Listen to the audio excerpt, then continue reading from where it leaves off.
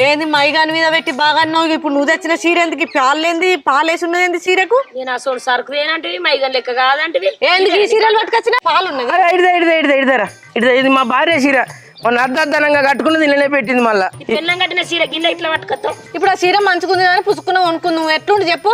అరే నాకు నదరేలే తల్లి, ఇక నచ్చితే సగం ధరకి ఇస్తా తీరా అదులో మీకు. కట్టుకొని ఇచ్చిన చీరలు మేము కొనుక్కునేటోళ్ళ లెక్క కనబడతావా? ఎట్లా కనబడతావు? ఇక అట్లా కాదు కానీ మీకు నచ్చుతుంది కదా అని అన్న. పాతది పక్కకి వేసినా కానీ రామ ఇంకెవడాల కోతన్నాం. కొత్త చీర కట్టుకొని పోవాలి. ఆమె విడిచిన చీర కూడా ఈ ముట్ట కాడ పెట్టేసరికి దాన్ని లెక్కవచ్చని మడత పెట్టుకొచ్చాను. అందుకే ఇది మడత ఇచ్చుకోపోలేదా? చూడు చూడు అన్ని గట్టే ఉంటాయో. చూడు ఈ సరుకు చూడు. ఇగో ఏంటిదిరా ఇది ఏంటిది ప్యాంట్ షర్ట్ చూడు. కూడా చూస్తావు మెల్లగా ఇప్పకు మెల్లగా మళ్ళీ ఇప్పకి చూడు అగో చూడు ఎట్లున్నది కత్తి. అరే ఏంద్రు నీ పెళ్ళని చూడదా అన్న భలే చేసినావు. చూసినా అయిపో